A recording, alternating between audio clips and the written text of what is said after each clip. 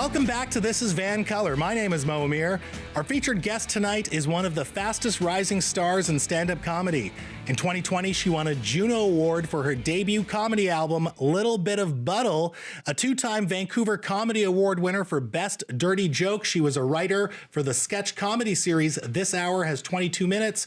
You've seen her on Kevin Hart's LOL Network, CBC's The Debaters, and a few months ago, The Late Late Show with James Corden, one of my favorite comics. She is Sophie Buddle. Sophie. Oh my God, one of your favorite comics? It's true. Wow. Top 10. I'll take it. That's pretty good. Yeah. I'm a big comic fan. Yeah. So I see you've had such a successful pandemic. Thank you. Won a Juno. You're on American late night TV. You're touring all over the continent. You've done And now I'm here. You didn't catch COVID? Career is just... Keeps going up, right? Yeah. What was your trick for not catching COVID?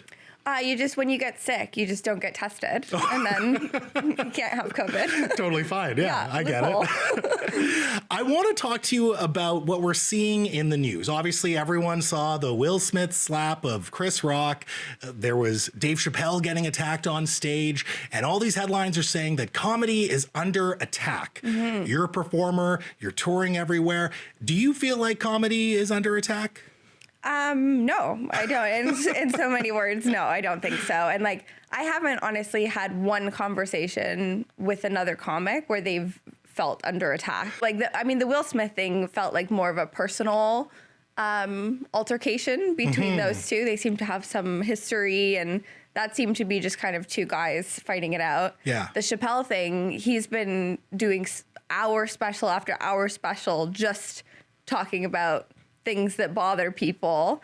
And I think that it's immature to say things that push people's buttons and not think there's going to be consequences to it. Right. And so I don't ever condone physical violence, but I also think that comics shouldn't think they could just say anything without people reacting. Like, if you say something rude or controversial to your family or your girlfriend or whatever, they're going to react to it. Oh, I know it. I know, and people have a right to react. Like, comics are always talking about like the right to free speech or whatever, but it's like people listening to you also have a right to react emotionally. Right. And whether that dictates how you do comedy in the future is up to you. Like, if you want to continue to face consequences and you don't mind people getting mad at you or not liking you or whatever, right, then you can just continue, or you could try to speak more carefully. But comics are also not lawmakers. So I think that people watching comedians... Not? No, I hold you on a pretty high pedestal, Sophie. Well, come on. No, but that's the thing. And I think, like, I've been doing comedy for 12 years. Yeah. And when I started, this was before Netflix specials really, and comics were viewed very differently. Like, you're doing shows in basements.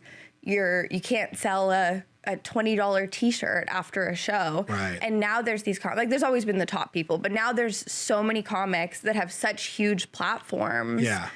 They're viewed as like lawmakers or celebrities or people with like really powerful voices. And I don't think that's how comics should be viewed. Like, comics have always had really bad takes and have tried to say things to push people's buttons. Yeah. And they're not supposed to be viewed as like modern philosophers, like the way that people, the intense comedy fans, say it. Sure. But the things that you say when you have a huge platform do have real life consequences. And that's why I don't like, if the hill someone's going to die on is like trans people don't deserve rights or something, like, that's going to have real life consequences. Absolutely, because trans people are in more of a danger of being physically assaulted, being kicked out of their home or whatever.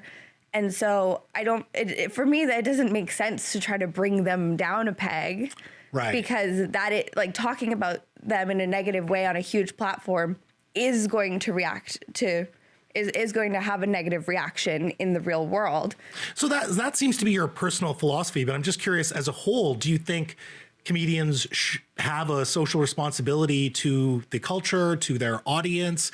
Because, we are starting to hear more and more that comedians shouldn't punch down. And historically, some comedians have made careers out of punching down. Yeah, totally. Well, there's always going to be an audience for that. So there's always going to be comics that do it because you can make money off of that. You can sell tickets for that because it is the rarity. Like, the comics that are going to do that, that are going to speak against the general consensus of culture, there's a built-in audience of people that want to hear that. And there's a limited amount of comedians that want to talk like that. So I feel like that audience and that comedian they go together, and that's fine. And it doesn't make sense for any people's point of view to not be represented. Absolutely. Now, your comedy, I would categorize as taboo, but not toxic. I don't think it's particularly mean-spirited. Yeah, that's a good categorization. Has anyone ever approached you and said, Sophie, I was really offended, or Sophie, you shouldn't say that, this is hurting my community, or it's hurting a certain cause or whatever? Yes, totally. And I've been approached for a number of different things after my sets before. And so I react differently depending on who it is that's coming up to me. Like, sometimes there's a man that'll come up to me and will just say that it wasn't funny or he didn't like my set. And that's something that feels kind of more misogynist than anything, because it's like, you just maybe didn't like that a woman was talking for a long time and you had to listen to her. Yeah, or would you go up to every comic and say that? No, right? exactly. If you don't like something, you just move on usually. So sometimes if I feel a tinge of that, it's a different reaction than if somebody comes up to me and it seems genuinely hurt by something that I said. And that's something that every comic has to sort of grapple with, because when you do have a bigger platform, whether that be performing on a really big stage or just putting stuff online, like, because there's always been these huge comics that have had these huge audiences, but now with the internet and TikTok and YouTube, lower level comics are getting the same amount of eyes on them as huge comics. And so they're going to face the same amount of criticism because the same number of people are seeing them. And there's more responsibility to that. And because the internet is so new and comics are growing so much faster than before, I think that they haven't thought about that. And so they see this negative feedback and they're like shocked by it because they haven't work their way up slowly like these huge comics have. Absolutely. Really quick, 10 seconds or less. What's the worst thing that someone in the audience can do while watching a comedy show? I guess heckle.